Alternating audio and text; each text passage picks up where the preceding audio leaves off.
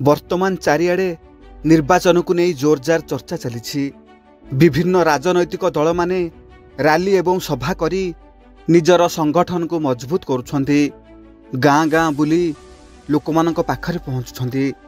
आउ ए निर्वाचन प्रचार बेले पुरी रे घटिछि एक विराट दुर्घटना जहाँ समस्त को स्तब्ध कर देछि। निर्वाचन प्रचार रे चलीगला जीवन। परिवार को एका छाड़ी राजनीति पाई देदेले जीवन। वीडियो आरंभ करने पूर्व आपण जदि महाप्रभु श्री जगन्नाथंकर भक्त अटंती, प्रभु जगन्नाथ को आराध्य बोली मानती, ताहले कमेंट बॉक्स रे जय जगन्नाथ लिखि दियंतु। पुरी जिला ब्रह्मगिरी ब्लॉक अंतर्गत दहनी गाड़िया ग्रामर विजय कुमार शतपथी, बयस 32 वर्ष। से निजर एक ऑटो चलई परिवार पोषंती। जातिर ब्राह्मण से तांको गाँ जगन्नाथ मंदिर में मध्य पूजा अर्चना करती। से बहुत ईश्वर विश्वासी। जगतर नाथ महाप्रभु श्री जगन्नाथ को से बहुत मानती। घरे स्त्री आउ सान भौणी बापा माँ 2 वर्ष तले जड़े पर जड़े ए संसार रथरु विदाय नहीं सारी। माँ बापा को बहुत भल पाउथिले विजय बाबू। से माने चलीगला दिन ठारू निजको बहुत एकुटिया मन करती। से स्त्री आउ भौणी थिले मध्य सबु बेले तांकर माँ बापा कथा मने पड़े। आउ मंदिर बेढ़ारे एकुटिया बसिथिबा बेले माँ बापा को मने पकई कांदी पकांती विजय बाबू। से राजनीति रे मध्य रुचि रखती। आउ निर्वाचन प्रचार समय रे से गाँ लोकंक सह मिसी दलीय कार्यक्रम रे शामिल हुंती।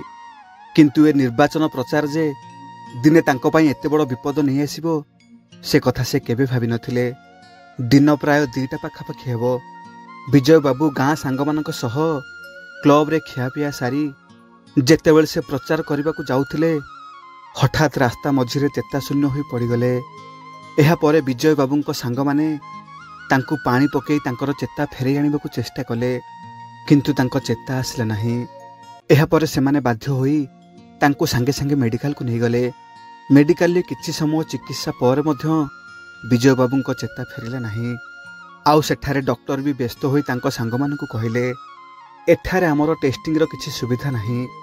तांकर कौन असुविधा हेछि ठीक से जना पड़ुनी।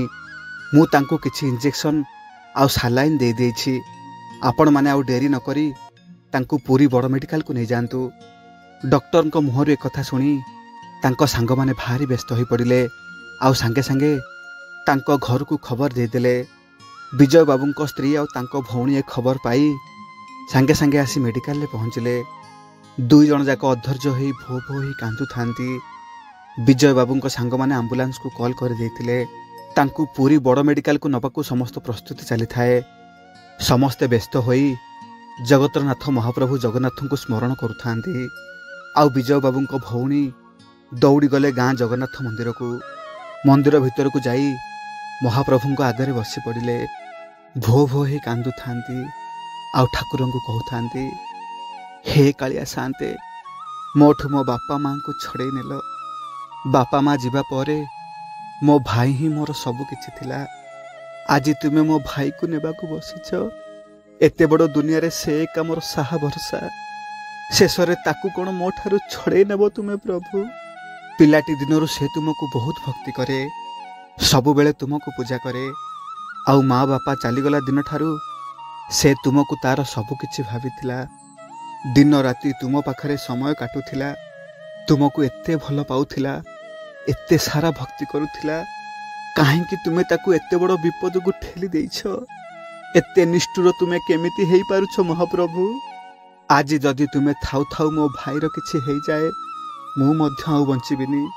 तुम मंदिर भितरे तुम आखि सामना रे जीवन हारिबी। आउ तुमे सेमिति पत्थर भली बसी सबु देखिबो। एमिति कांदी कांदी महाप्रभु को केते डाकिले विजय बाबू को भौणी।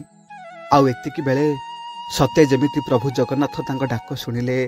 हठात प्रभु को मस्तकरु एक फूल खसिला। फूल खसिबा देखी आश्चर्य हो गले विजय बाबू को भौणी। एहा परे आउ डेरी न करी से फूल को धरी दौड़ी गले मेडिकल को। आउ भाई पाखरे नहीं रखिदेले से फूल को। एहा परे मेडिकल ले घटिला एक विराट चमत्कार जहाँ समस्त को आश्चर्य और स्तब्ध करदेला। डॉक्टर मध्य विश्वास करि पारले नाही। विजय बाबू किछि समय पर आखि खोलिले। ତାଙ୍କର ଚେତା ଫେରି ଆସିଲା। ଏସବୁ କ'ଣ ଘଟି ଯାଉଛି ବୋଲି ପରସ୍ପର ସବୁ କଥା ହେବାକୁ ଲାଗିଲେ। ଏହାପରେ ତାଙ୍କ ଭଉଣୀ ସବୁ କଥା କହିଲେ। ତାଙ୍କ ଭଉଣୀଙ୍କ କଥା ଶୁଣି ସେଠି ଉପସ୍ଥିତ ଥିବା ଲୋକମାନେ ଆଶ୍ଚର୍ଯ୍ୟ ହେଇ ପ୍ରଭୁ ଜଗନ୍ନାଥଙ୍କୁ ଧନ୍ୟବାଦ ଜଣାଇଲେ ଆଉ ହାତ ଯୋଡ଼ି ପ୍ରଭୁଙ୍କୁ ମୁଣ୍ଡିଆ ମାରିଲେ। ସତରେ ମହାପ୍ରଭୁଙ୍କ ଲୀଳା ଅପାର। ତାଙ୍କ ଭକ୍ତର ରକ୍ଷା ସେ ସବୁବେଳେ ସବୁଠି କରନ୍ତି। ସବୁବେଳେ ତାଙ୍କ ଭକ୍ତର ଡାକ ଶୁଣନ୍ତି ଆଉ ଭକ୍ତର ମନ କଥା ବୁଝିପାରନ୍ତି। ସେଥିପାଇଁ ତ ଭକ୍ତ ତାଙ୍କୁ କୁହେ, ସେ ପରା ମୋର ମନୁଆ ଠାକୁର। ସତରେ ମହାପ୍ରଭୁ, ତୁମ ଲୀଳା ତୁମକୁ ହିଁ ଜଣା। ମହାପ୍ରଭୁଙ୍କର ଛୋଟିଆ ଅନୁଭୂତିଟିଏ କେମିତି ଲାଗିଲା କମେଣ୍ଟ ମାଧ୍ୟମରେ ଆପଣଙ୍କର ମତାମତ ନିଶ୍ଚିନ୍ତ ଭାବରେ ଜଣାଇବେ। ଆଉ ମହାପ୍ରଭୁଙ୍କୁ ନେଇ ଆପଣଙ୍କର କିଛି ଅନୁଭୂତି ଥିଲେ ମୋତେ ମୋ ମେଲ୍ ଆଇଡ଼ିରେ ପଠାଇ ପାରିବେ। ଆଉ ଆମ ଚ୍ୟାନେଲକୁ ସବସ୍କ୍ରାଇବ୍ କରିନଥିଲେ ସବସ୍କ୍ରାଇବ୍ କରିଦେବା ପାଇଁ ଅନୁରୋଧ। ଆଜି ପାଇଁ ରହୁଛି। ଜୟ ଜଗନ୍ନାଥ।